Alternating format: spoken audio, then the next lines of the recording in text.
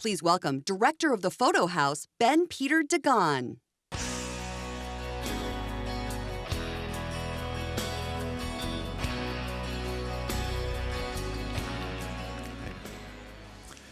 Shalom lachem. Most of you do not know my grandfather, Rudi Weissenstein, by name, but you know his work. His photos captured the birth and growth of the Jewish state. He arrived as a journalist from Czechoslovakia in 1936 with nothing but the change in his pocket and his camera. He was a Zionist. He believed in his soul the need for a Jewish homeland. Photography became his passion, and Israel's people were his subjects. His photos showed Jewish life and celebration, the strength of a people determined to build a new home.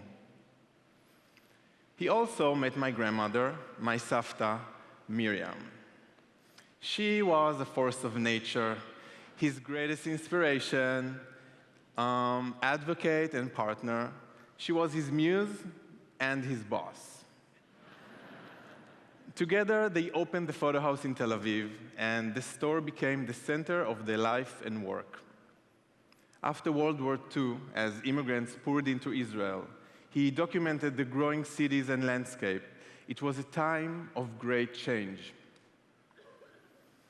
He was there as the crowd celebrated the UN partition vote in 1947. It was a moment of sheer joy. Just a few months later, as the British fled and war once again loomed, an invitation came for a secret event to be held on the afternoon of May 14, 1948 in Tel Aviv. It would become the most important photography assignment of his career. As David Ben-Gurion stood at the podium reading Israel's Declaration of Independence, my grandfather, my Saba, was there, capturing the birth and of the nation he loved. Thanks.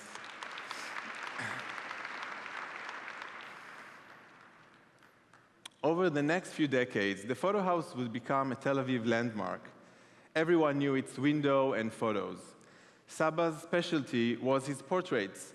Businessmen, couples, families, prime ministers, and generals, nearly everyone found themselves seated on the couch in his studio. It was always Saba's hope that a member of the family would take on the store after he passed.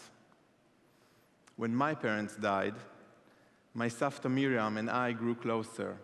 I started working in the store and discovered she was a tough boss who didn't allow days off and also didn't pay me. On the other hand, she was the funniest, softest person I'd ever known. I consider it a great gift that we spent her final years together. In that time, she became my best friend. Together, we carried on my grandfather's work. She passed away knowing their legacy would continue into the next generation. In his career, thank you. Thank you.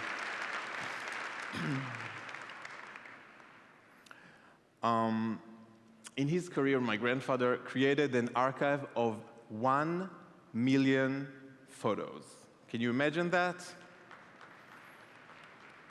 But to really understand him is to know the story of the one photo he didn't take.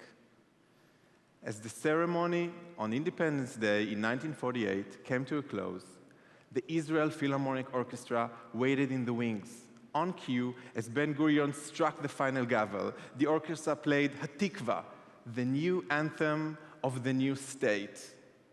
Overcome by his Zionism, his love of country and people, Saba put down his camera, cried, and sang along with the crowd.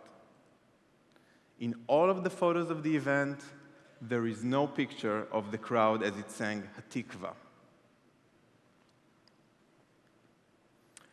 More than 70 years and 2 generations later, I realized that stories like this would be lost if not for the PhotoHouse and my grandparents' legacy. The things we do, no matter how remarkable, are often forgotten after we are gone.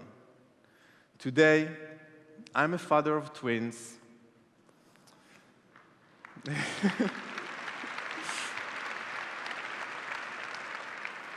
who spent time in the store with me just as I did as a child. I understand the responsibility I bear both to my family and to yours.